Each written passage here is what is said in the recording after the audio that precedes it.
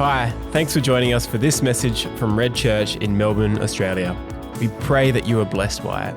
If you'd like to know more about Red Church and its ministries, or if you'd like to support us financially, you can find out more by heading to redchurch.org.au. We are going to begin with a reading as we come together to celebrate the resurrection. And it's from John's Gospel. And it tells the story of Jesus coming into the world. So we're going to read it now. I think we've got it. John 1, verses 1 to 5. In the beginning was the Word, and the Word was with God. And the Word was God. He was with God in the beginning. Through him all things were made. Without him nothing was made that has been made. In him was life, and that life was the light of all mankind. The light shines in the darkness, and the darkness has not overcome it. At the turn of the 20th century, around the year 1900 to 1914, a series of small towns and communities sprung up in what we now know as the Dandenongs. Places like Sassafras, Upwey. Some of you may live in these places. And these were small communities somewhat disconnected from the rest of Melbourne, which was pretty connected at that time with the train line. And Melbourne actually, for a period there, I don't know if you knew this, was the second biggest city in the British Empire after London. It had gone through a boom, which then, just before this moment, had a recession as a housing bubble came about in our city, and prices were massively overinflated. We don't know anything about that today, do we? It's just ancient history. But the market popped, and a number of people had to move further out. And so many people found themselves living in the Dandenong Mountains, but they were quite disconnected, connected by a train line that we now know today as Puffing Billy. But these small communities became engaged in an absolute panic in December of 1914. Something mysteriously began to happen at night, and farms and small towns all began to see something breaking through the darkness. Light. This was unusual because light does not happen in the middle of the night. And so people would go out the back of their houses, gather in town streets. And in these towns, we know, Upwey, Sassafras, would gather and together see this mysterious apparition. Was it ghosts? What was it? People did not know. And this took over, not just Melbourne, but it became a kind of moral panic in the whole of Australia. The Adelaide Advertiser reported that every night people would gather in the Dandenongs and not go to sleep until the lights had disappeared and they could finally relax and go to bed. It remained one of those sort of mysteries until one expert wrote into, I think it was the Argus, the competitor of the age at the time, or I think it was Melbourne, one of Melbourne's first newspapers, and said that he actually worked out what was going on. That with his military background and his understanding of Morse code, he'd been watching the lights and had deduced that this was a signal to Australia's foreign enemies. And somewhere in the Dandenongs lay lurking amongst the ferns foreign agents. This again caused an even bigger panic as the residents of the Dandenongs went about in search parties, seeking out these foreign agents, going through the dense forests. But alas, they found nothing. But nevertheless, this continued night after night as the lights kept appearing. Finally, the War Department, Australia was engaged in the First World War at that time. The war had been going for a couple months. The world seemed in tumult, and this contributed to the panic. Sent out two gentlemen from the military who then spent some freezing nights for about 3 nights driving their car around the Dandenongs trying to find these foreign agents. Finally, the Argus reported that on the third night, absolutely freezing and tired, flying around in their car, they discovered what was responsible. a gentleman with a movie projector had been traveling around the Dandenongs, and this was part of his rudimentary marketing campaign for people in those towns to come and watch what was at the time a technological novelty, the moving picture. And the mystery of the lights of the Dandenongs was solved, and those who live in those areas now rest in peace.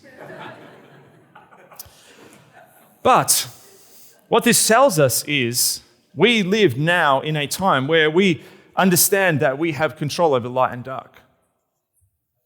We turn on lights, all different kinds of lights, battery-powered lights, electrical-powered lights, hydrogen lamps, all these different things, and we don't think about the fact that we can easily conquer dark. We have street lights. There are lights everywhere. In fact, we actually struggle to see the stars in some parts of the city because of light pollution.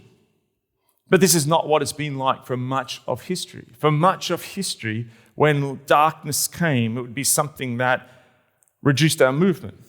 In Australia, books were produced where you could see the times that the moon would be full so that you could then plan your church meetings or governmental meetings or community meetings because there would be enough light for people to walk.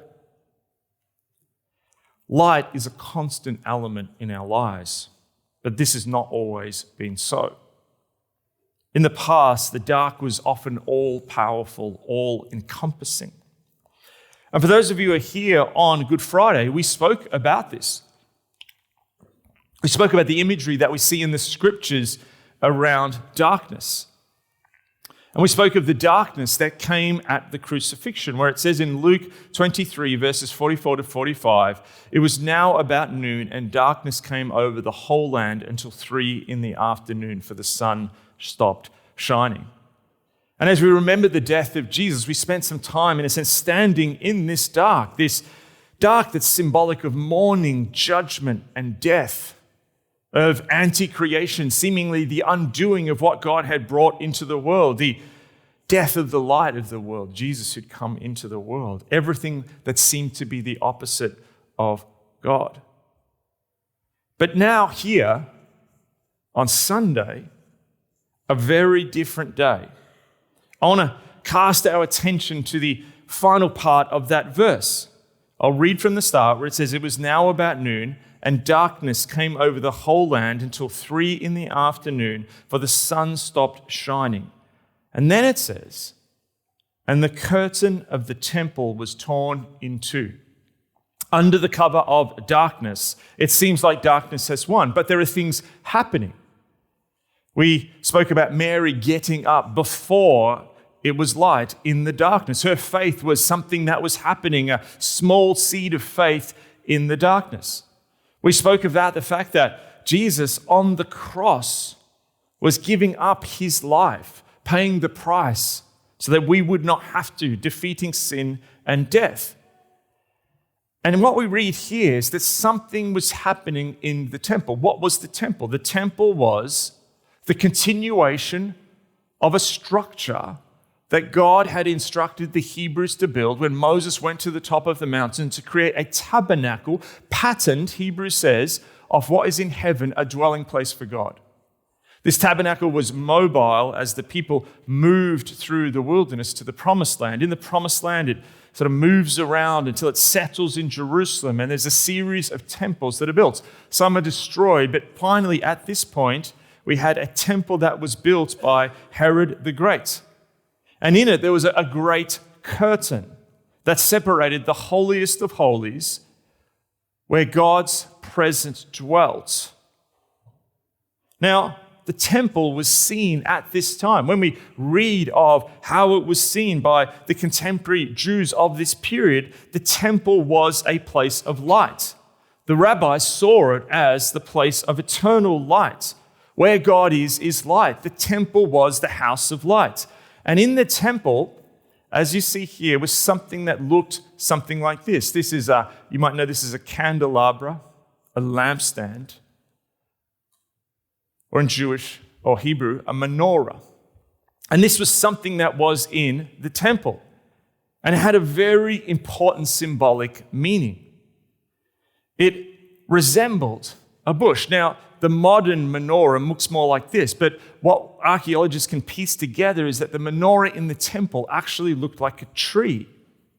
Now, this points back to a couple of things. It was a flaming tree. What does this point back? This points back to Moses' encounter at Mount Horeb with God in the burning bush. It even points back further to the tree of life that we read of in the beginning of the book of Genesis. During the festival of Hanukkah, the Jews would celebrate the victory of the Maccabees over the Seleucid Empire, a foreign empire that had come in and had colonized them and taken over their land. And there was a period where the lamp, which never went out, was kept miraculously burning with small amounts of oil in the temple. But the thing that pointed most to the fact that the temple was a place of light was what was known as the Shekinah. The Shekinah was a word which described the glory of God. Exodus 40 verses 34 to 35 says this: when the glory, the Shekinah of God, comes into the tabernacle, it says this: then the cloud covered the tent of meeting, and the glory of the Lord filled the tabernacle. Moses could not enter the tent of meeting because the cloud had settled on it, and the glory of the Lord filled the tabernacle. Why could Moses not enter? Humans once walked in the place where the tree of life was, where the light which brought life was. But Adam and Eve rebel, wanting to be like gods, responding to the seductive whisper of the serpent. And then they're expelled from the garden, kept from going in by cherubim. And humanity always then walks in a kind of darkness, a separation. And so God coming in his Shekinah glory, like a lit up cloud, is something that humans cannot come. Moses wants to meet God face to face, but there's something separating, and we can't move into the presence of God fully because we have not been cleansed. We have not been redeemed of that rebellion that we have in us to do it in our own particular way, not God's way. So sin meant that the human heart lived in darkness. But as we reflected on Good Friday, in the darkness, Jesus was taking the darkness in on of himself, and he was carrying the burden of sin and death. And upon the cross, it seems like the dark wins for a moment, but Jesus is actually defeating it. And so what we remember this morning, and I think it's aptly illustrated by what our weather patterns will be today, is that light just begins to break. As this cloud cover begins to burn off, the sun will come through. And this is like Jesus' resurrection, where what has happened is slowly breaking through and it's dawning on people. That term dawning is when something is a realization as light begins to break through. Martin Luther King Jr. once said that darkness cannot drive out darkness. Only light can do that. And what we're celebrating today is the reality of the resurrection broke into the human world with the coming of the first light. And this is reminiscent of the first light that brought the world into being in Genesis 1. This was a second creation. This was the completion of what was prophesied in the book of Isaiah. In Isaiah chapter 9, verse 2, it says, "The people walking in darkness have seen a great light. On those living in a land of deep darkness, a light has dawned." This light was evidence in Jesus as he walked around. People saw something different in him. People also reacted to him because light is an antiseptic. In a sense, light casts on the darkness, illuminating where things wrong are happening. Injustice and corruption does not like light. That's why Leslie Newbigin said, "The light has come into the world, and that this coming of the light also and necessarily brings judgment because men love darkness rather than light." And so what we see is that Jesus is light. In John 1, 4 verses 5, I've got a whole bunch of verses, I think, here, talking about Jesus as the light. It says, in him was life, and his life was the light of all mankind. The light shines in the darkness, and the darkness has not overcome it. That's what we read to begin with. John 8:12, when Jesus again spoke to the people, he said, I am the light of the world. Whoever follows me will never walk in darkness, but will have the light of life. Matthew 17, verse 2, and Jesus, as he goes to the top of the mountain, he is transfigured. What does this mean? It means his physical form changes, where he becomes radiant light, so that no one believes in me should stay in the darkness. I've come into the world as light, so that no one who believes in me shall... I've gone ahead there. I'm just getting excited. Let me go back to the transfiguration. There he was, transfigured before him. His face shone like the sun, and his clothes became as white as the light. John 12:46, I have come into the world as light, so that no one who believes in me should stay in darkness. 2 Corinthians 4 verse 6 says, for God said, let light shine out of the darkness, made his light shine in our hearts to give us the light of the knowledge of God's glory displayed in the face of Christ. What these verses do is they emphasize Jesus' role as the light of the world, bringing illumination, truth, and salvation to humanity. They link two vital concepts. Number one, that throughout the Hebrew Scriptures, the Old Testament, God was described as light. Light symbolizes God's presence, his purity, and his glory. And the prophets also prophesied that the Messiah would come as light. As we've read, some of the Isaiah prophecies speak of Jesus as the great shining light of salvation. These two concepts come together, the Messiah and God in Jesus. Jesus is the light.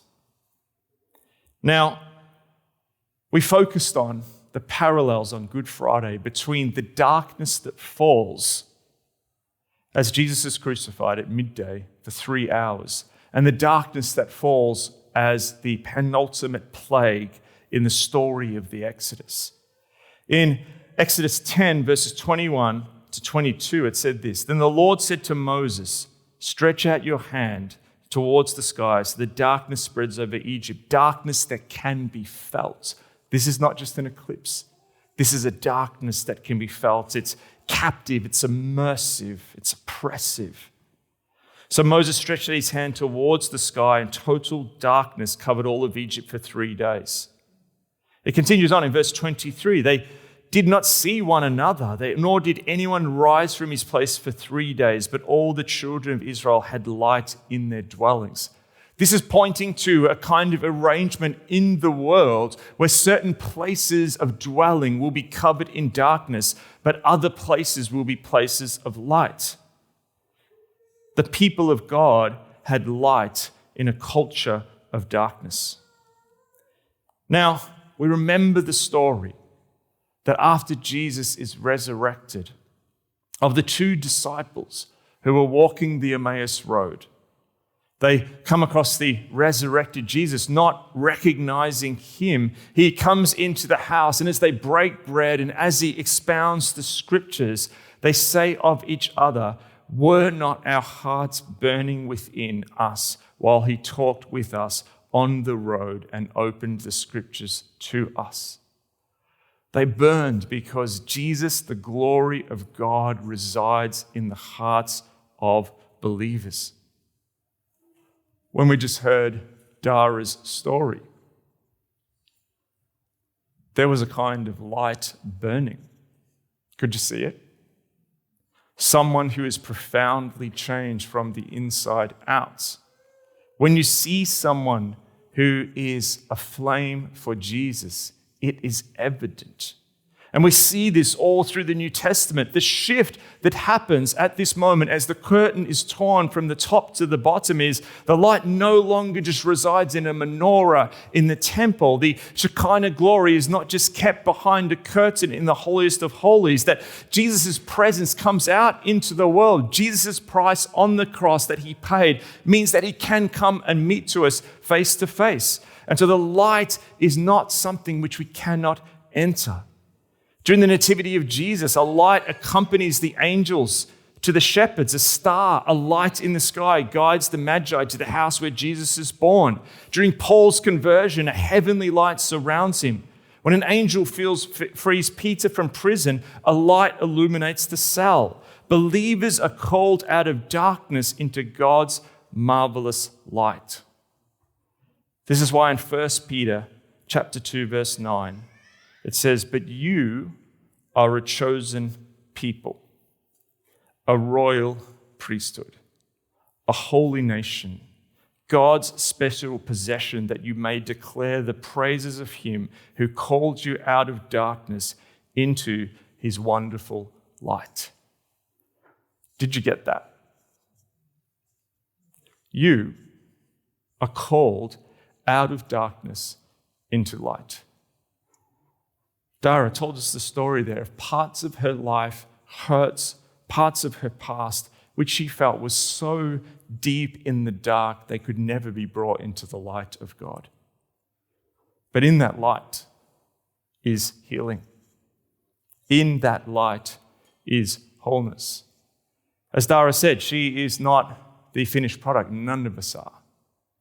But this is an invitation that comes to us on Resurrection Sunday, that do we believe that the resurrection power that brought Jesus from the grave is actually available for us to renew us, to reshape us, to reform us.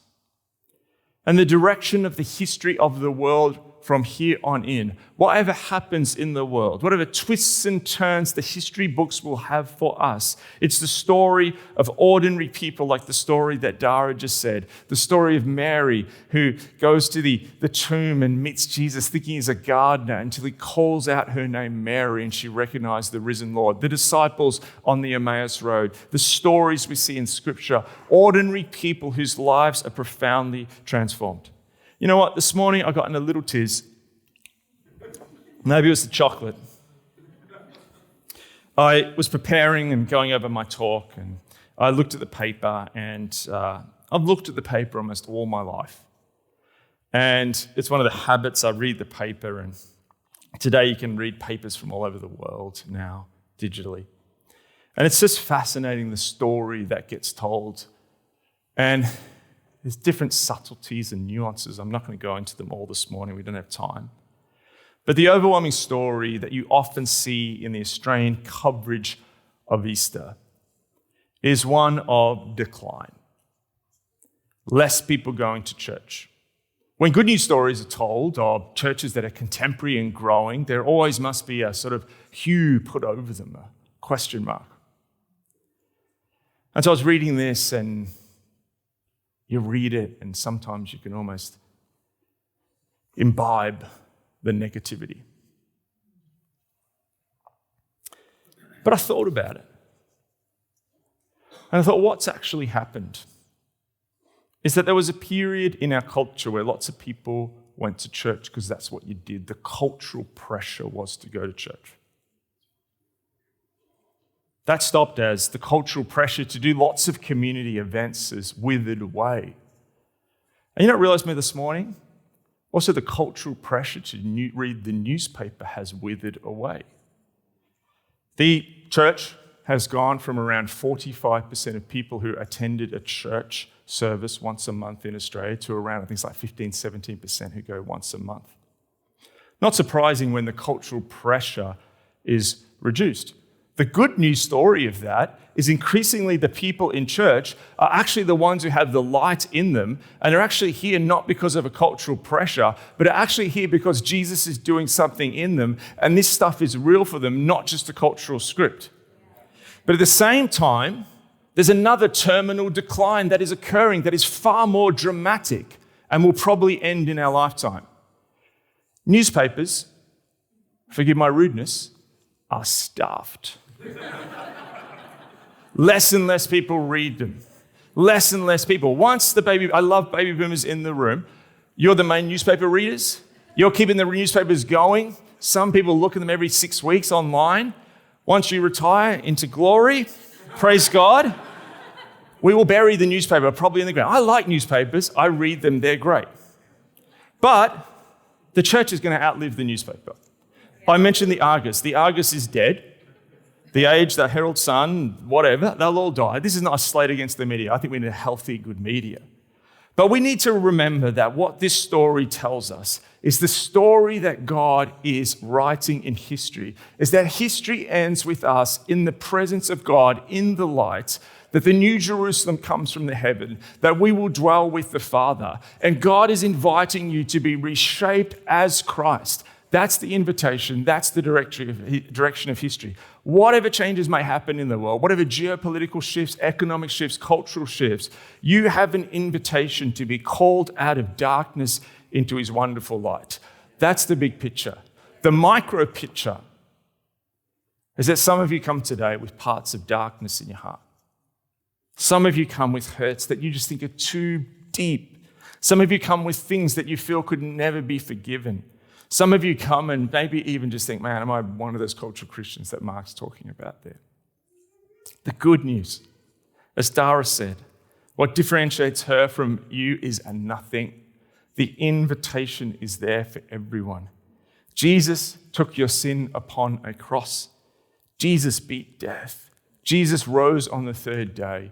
And the invitation to have your heart burned as the disciples on the Emmaus Road did is before us today. He is risen. That was rubbish. He is risen. So what we're going to do as a countercultural signifier of joy and hope is you went and just said hello and you talked about eggs. We're just going to have a few moments now, and I'll bring it back in a second where we'll pray. Up out of your seats, greet each other with the classic ancient greeting that I just led you through. Go around, tell 10 people, he is risen indeed. You can do 20.